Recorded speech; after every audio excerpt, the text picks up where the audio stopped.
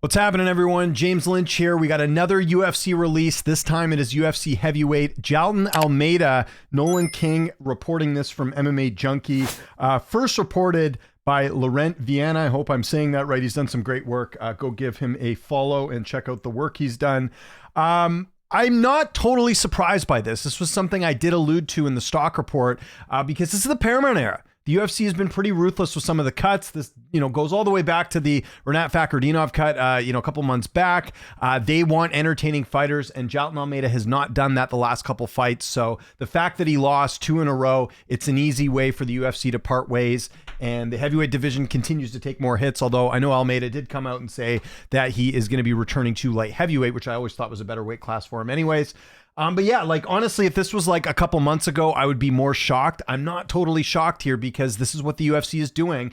They've made a couple of cuts recently. Another one they made the other day, which we'll mention quickly, and I think this kind of all ties together, is they did release Javid Basharat as well. Basharat actually came off a win, but they're not impressed with how he's been performing, and they have released him as well. Lucas Almeida, Alex Morono, not super surprising there. Morono's lost a couple fights in a row. But this is what the UFC is going to be doing going forward. I mean, if this isn't a message to the fighters on the roster right now that you need to be entertaining, I don't know what is. Now, granted, he has lost 2 in a row. One was a split decision loss against Alexander Volkov, which if you go and look on MMA decisions, I think the majority of people did feel like Almeida won that one, if I'm not mistaken. If we go look here, the Almeida fight, I want to say Almeida should have probably... Actually, it was about split on this one. I think more people did feel like Volkov won, but it was close. But the weird thing with Almeida is he's 34, but he's not super old for heavyweight. If this was a different organization, I don't think he's getting released off 2 losses. It just seems like they have such a short leash, right? They did the same thing with Patchy Mix, 2 losses, you're out of the UFC. They want entertaining fighters. They want entertaining fights. That's why a Tai Tuivasa... I mean, think about this. Tai Tuivasa had 5 losses in a row, now 6 after his most recent one. I have not heard that Tai has been released from the UFC. At least I don't think. I mean, look at this. 6 losses in a row, 2 losses in a row.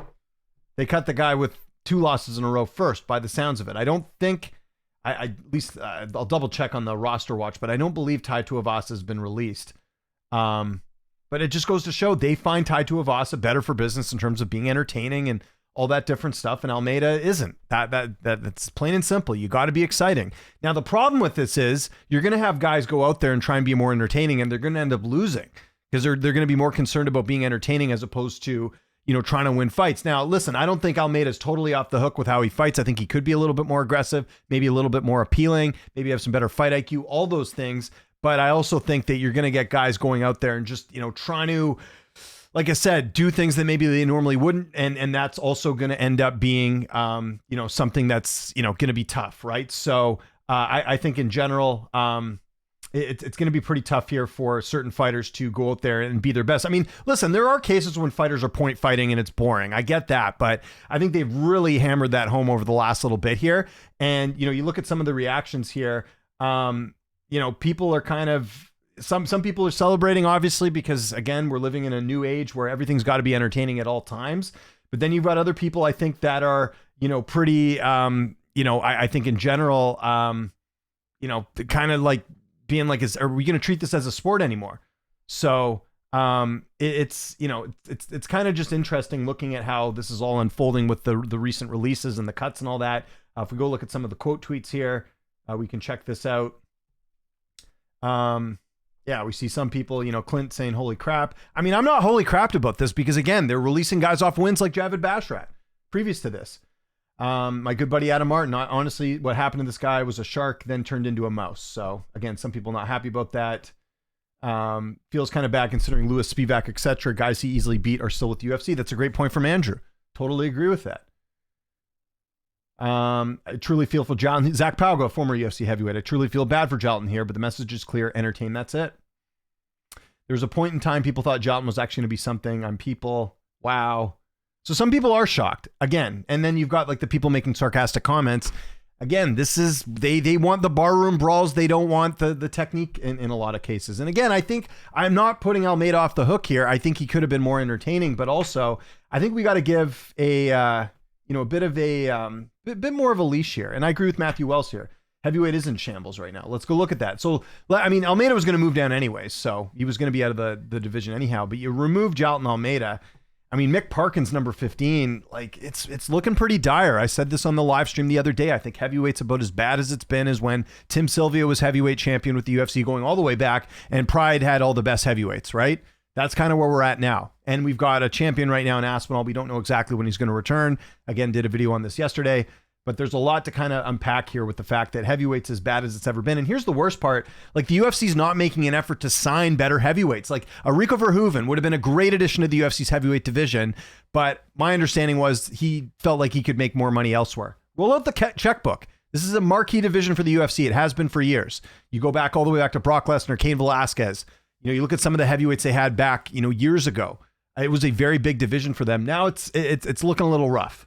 So I mean, again, I would have more of an understanding if, you know, they're getting rid of Almeida and then they just announce they signed someone new. I would understand that, but they're not doing that. They're not replacing these guys. You know, even a guy like Rosenstruik, who got released last year, you know, I don't think he should have been cut. And I don't think he was really boring either. I mean, it wasn't finishing every opponent, but he's another guy I would have kept around. But if you're going to get rid of these guys, you got to replace them. They just haven't done that. His career arc is kind of insane. There's zero reason he should have ever bulked up to heavyweight when he rocks around at 225. I agree with that too. Totally agree with that. Are there even 50 UFC heavyweights right now? Great point here from Ollie. I totally agree.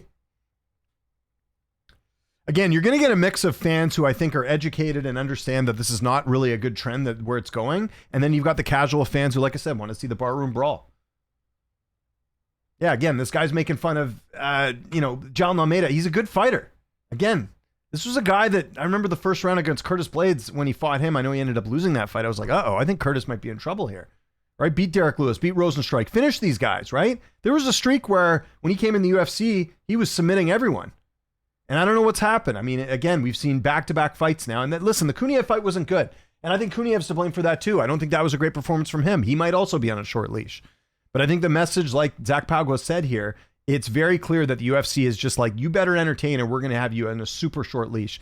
Again, Javid Bashrat, I would put in the same category as well. Like Javid Bashrat, you know, there was a lot of hype behind him when he signed with the UFC. He's only lost 2 fights. One of those fights was to Ayman Zahabi. And he's pretty damn good. I mean, last time I checked, Ayman Zahabi on a 7-fight win streak. The Simone fight, he got caught. It happens. Last fight, yeah, he didn't look great in that fight, but the UFC already decided that. They almost treated his win over Gianni Vasquez as a loss because he didn't finish him. So, again, 30 years old, guy's in the prime of his career, they're releasing him. So, my whole thing is, like I said, I'm not super surprised by this. I did allude to this in the stock report this past week, but I do think we're going on a bit of a dangerous precedent here, where they're just, you know, it's like, you like the UFC's like, you better entertain or else. And if you don't, and again, I'm not defending the people that go out there to purposely try and win by points, but there are some guys that I think just, you know, I don't think they're that boring that some people are making it out to be. So yeah, a little bit surprising here, but this is the new UFC. So let me know your thoughts in the comments. Were you surprised by this? Where do you think Almeida will go? I think Almeida would be great in like an organization like Octagon or somewhere. You know, even PFL should probably be, you know, checking the phone right now with the fact that they could use some more heavyweights, although it sounds like he wants to go to 205. Yeah, that's my thoughts on it. Not super surprised here. Follow me on Twitter, TikTok, Instagram, @Lynch on Sports. My name is James Lynch. Thanks so much for watching, and I'll see you next time.